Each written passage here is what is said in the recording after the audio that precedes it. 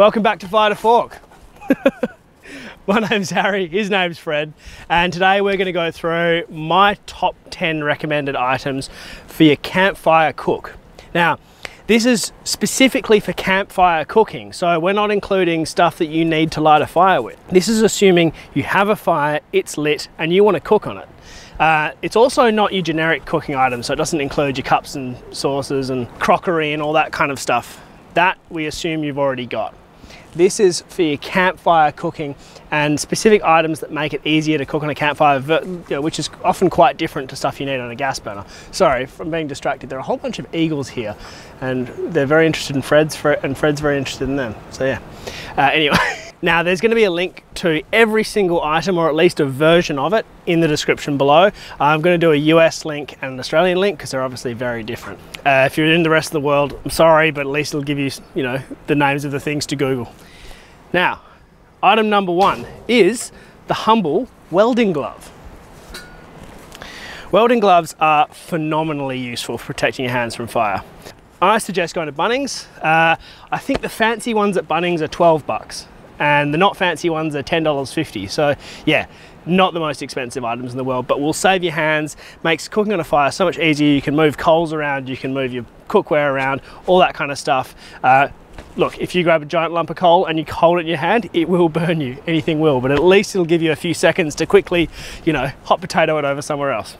So very, very important. Along that same heat protection sort of theme, are these things.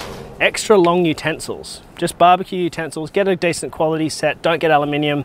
These are a non-stick, which I probably wouldn't go for. Again, I'd probably just go for a stainless. Look, they keep you away from the fire, they make it so much easier. If you're trying to use little short spatulas and things, it becomes a nightmare. These things are very useful, but you need to use welding gloves, you need to be right in there close. For the 9 times out of 10, that is going to be the thing I reach for before that. Next, a shovel. I use this one for the little fire pit. I use it sometimes for big fires, but if I have a giant fire, then you definitely want like a good long handled shovel. This is an E-tool from the army, and these are about as good as you can get. Very, very, very important. Also has multiple uses, as we all know, burying things. Next on the list, a grill plate, and not just any grill plate, a good grill plate. I am a massive fan of grill plates with rigid legs. This is a front runner one. I used to recommend these until they changed the legs to aluminium, and now they melt in the fire. So overall it's a really good concept, but don't recommend them anymore, unfortunately.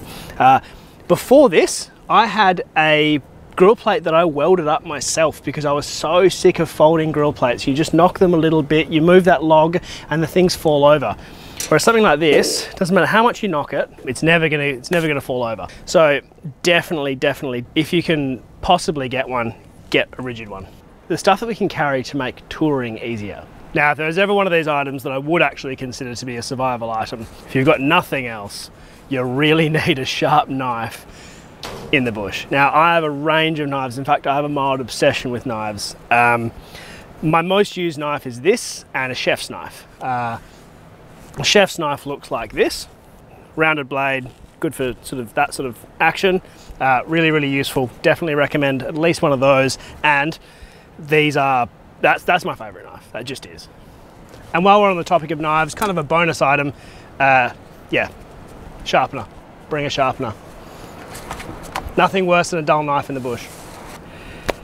Next is something that I think is incredibly important, and to me was an absolute game changer. The first time I used a camp oven, it totally changed the way I looked at camping. It was no longer meant that everything had to go in a fry pan or in a grill plate. Suddenly I could actually roast things like I do at home. Now, I use a spun steel. In fact, I use as much spun steel as humanly possible. It's very hard to get in America. You can get it though.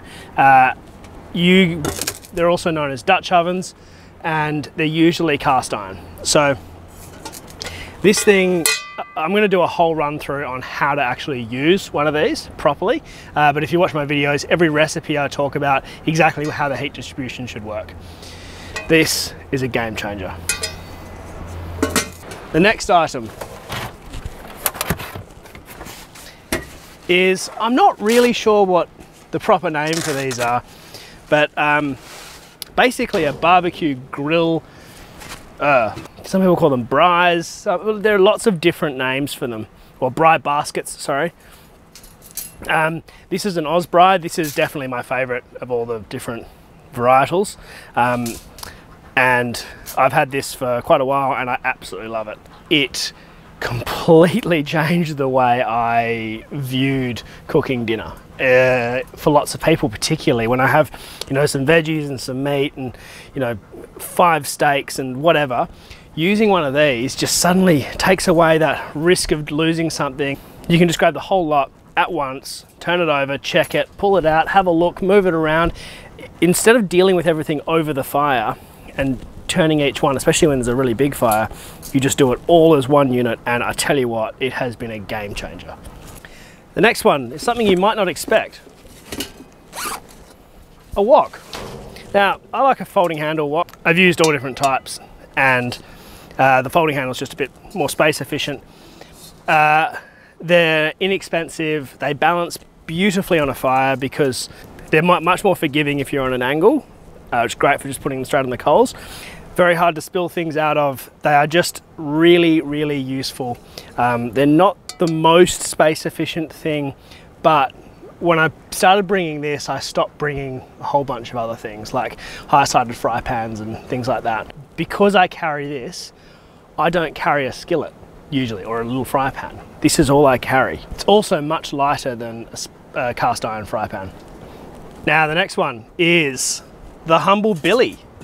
By the way, never get an aluminium billy. They are a waste of time. They melt in the fire really fast.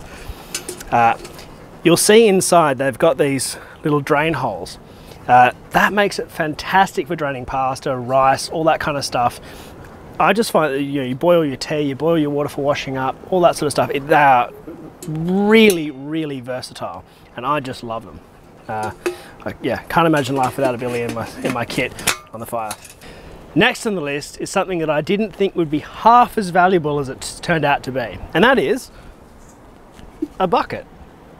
Now, I've done crabs, crayfish, big pots of pasta, big pots of rice, all that kind of stuff, as well as heating up my washing up water, heating up my shower water. Just, this thing is incredibly versatile, and when I'm not using it, I just store my stuff in it. Now, you have to get a stainless steel one. The galvanizing will burn off. If you get a galv one, a mild steel one, or a painted one, obviously will not last in the fire. This is a marine bucket, so I got it from a marine store. They can be quite expensive. I've seen them close to $100 for a bloody bucket, which is ridiculous. I got this on special for $18. So when I did, I bought 4.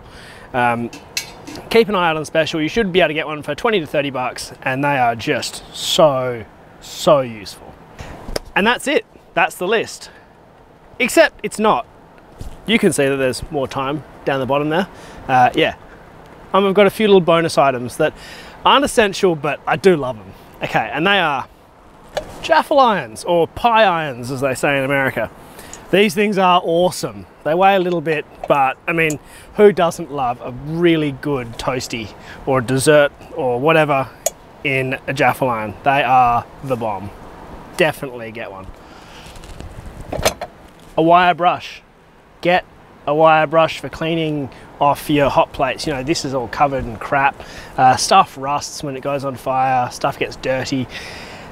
This thing is worth its weight in gold. I know I haven't included it in as part of the main bit, basically because this is not a cleaning video, but it is really useful. Get one. And finally, again, not essential, but damn, it's useful. A heatproof table. I do have a little side table that's not heatproof, but everything else I own is heatproof. So I've got this horrible old table that I do all of my cooking videos on at home, and some out in the bush. And the reason I haven't got rid of it is because I can't find anything else that's good and heatproof and isn't $800. And That's also why I've got stainless in the back of my cruiser, because I love this. It means that if I did just have a plastic table off to the side, I can still use this and put all my dirty stuff on it, put my hot stuff on it. I fillet fish on here, I do my electrical work, I'll do, you know, rebuild an axle, do whatever, because at the end of the day it's 316 stainless. I can wipe it off. If I really need to, I can actually just take a wire brush to it and bring it right back. Anyway, that's it from me for today. If you want to see more like this, please let me know what you want more of down below. I've got some, I think, some pretty cool ideas for new videos, and, you know, top 10s and my favorite things, my least favorite things, that sort of stuff. But if you have any strong requests, chuck them in the comments below, and I'll see you in the next one. Cheers.